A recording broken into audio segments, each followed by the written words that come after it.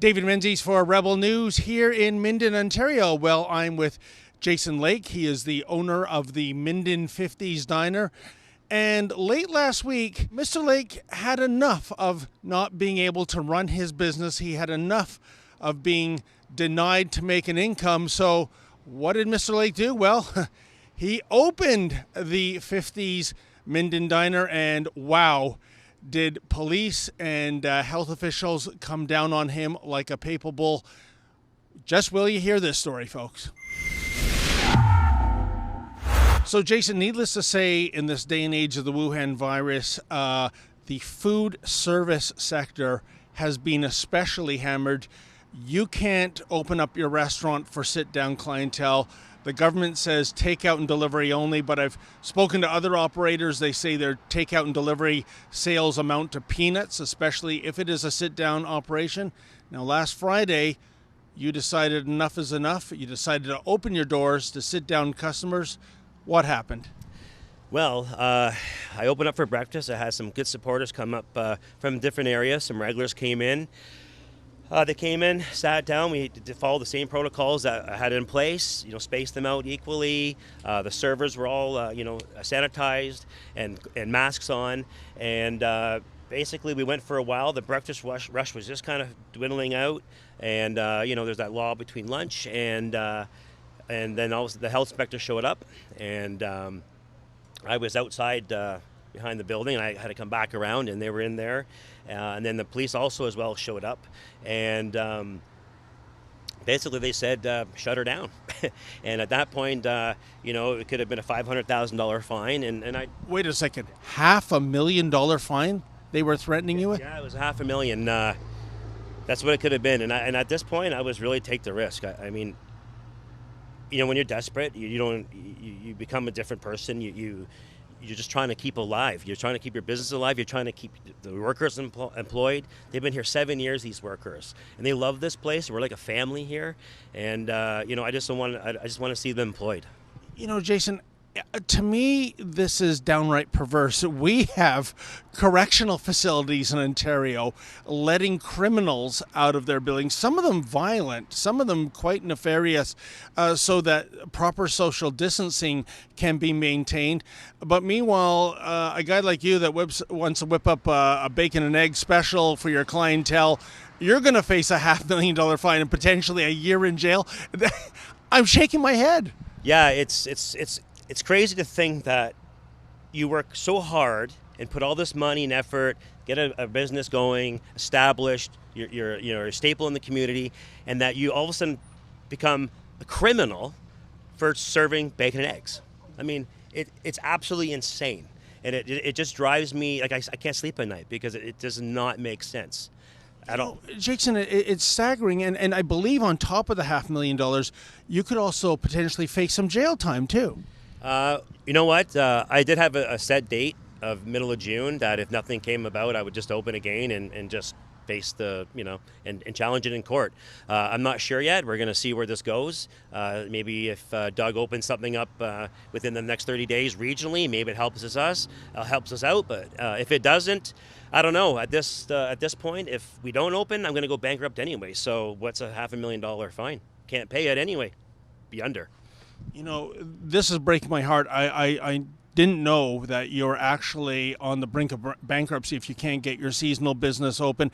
I can only imagine there's so many more in your shoes, and it makes me ponder that whenever things get back to normal, Jason, I just wonder what Main Street is going to look like when you walk down those shops, those boutiques, those restaurants, those bakeries that you once took for granted.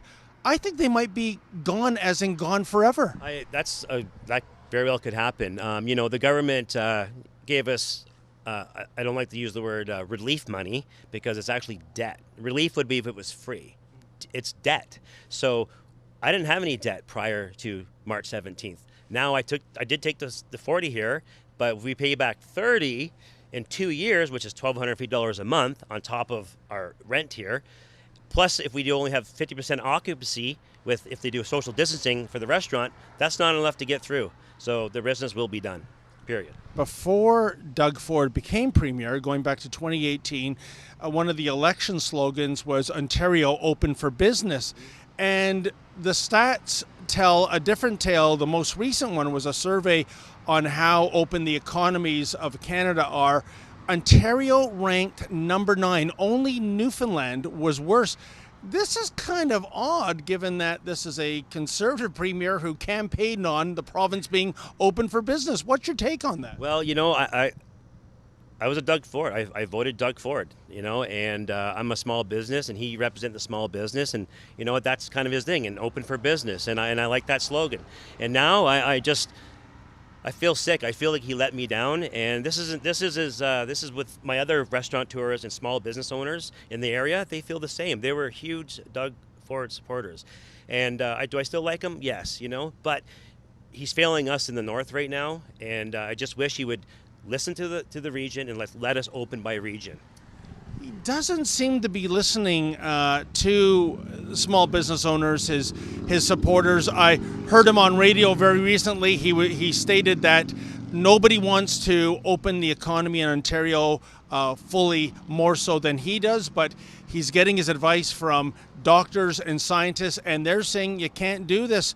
What's your take on that, Jason? Well, every time I hear him say, I want to get it open just as bad as everybody else, and I just think to myself, how can you say that when, like I said, Ontario, there's 2 Ontarios. There's Toronto, and then there's the north. And, out west is opening up. I'm not sure about the east, but I talked to friends. They're going into restaurants, and here we are in Ontario, still closed. And it should be noted that when you opened, it wasn't in a willy-nilly fashion. I understand you closed down half of the restaurant, half of the seating, so that you could maintain social distancing. Yes, and that's what I did. After walking into all the big box stores and seeing them open for business, thousands of people going in, touching everything. There's no real protocol there. There's some hand sanitizer. You come in, you may put it on, you may not. But here in the restaurant, I said, you know what, I can make it safer than a big box store. So what I decided to do was space out the booths, put plexiglass between them, move the tables around, and what we decided to do was bring the food up to an area, and then the customer would come and grab it and take it back to the table. We offered disposable ketchups and forks, and the only thing the ladies would touch would be the plates, and they would go back and they go into a dishwasher and totally sanitized. So in a smaller restaurant like as this one, we could actually control it better than a big store, and I feel like they were being discriminated against, these little restaurants and the mom and pop shops in this area. My theory has always been we should have directed our resources at things like the long-term care facilities, where 82% of the deaths in Canada have occurred. We should not have shut down the economy, because I would argue that the increase in depression, the suicide rates, the people dying on elective surgery, the spousal abuse, it sounds like to me, Jason, the cure is worse than the curse. I would agree with that. It's sad that it happened in the senior homes and in the extended care homes, and you're right. It should have been attention brought to those homes, and really the vulnerable, you stay home. If you have a immune deficiency, you stay home. Let the rest of us continue on. Allow us to practice social distancing and stuff like that. We could follow that, but don't shut us down. Why shut us down completely? We're trying to live. Employees are trying to make payments, car payments. The depression. The people that work for me, some of them are so depressed right now. It makes me like almost to tears, because it's so upsetting to me. And then I'm the criminal. And this is what I don't like. This is what really hurts me the most, is that people say, oh, how could you have opened? How could you open? You don't care about your community. I love my community. I care about my community. These people that are saying this to me are the same people going to Canadian Tire or these big box stores, touching everything with thousands of people. But because the government says restaurants are closed, that means evil. If a big box store is open, that's safe. And you know what? That just is absurd to me, and it's just so frustrating. I respect the law, and I do, but there's a point where your back is against the wall here, and when you're in that position, you have to fight, and that's where I am now. I'm fighting. I'm fighting for my staff. I'm fighting for the community. Restaurants in a lot of cities in North, that's like the heart and soul of towns. A lot of times, if those restaurants are gone, the town goes, and so forth, and all the other little businesses, and I see that's the road we're on right now. Well, Jason, I wish you luck. I know just earlier today they extended this emergency act until the end of the month, so there's certainly no relief in sight in the short term. I don't even know what the short term and the long term is. But in any event, I wish you well, and I'm sure our viewers do too. And I really do, for my own selfish reasons. This looks like an incredible diner. I'd love to come in here and have a hamburger and a shake, and I can't wait to do so.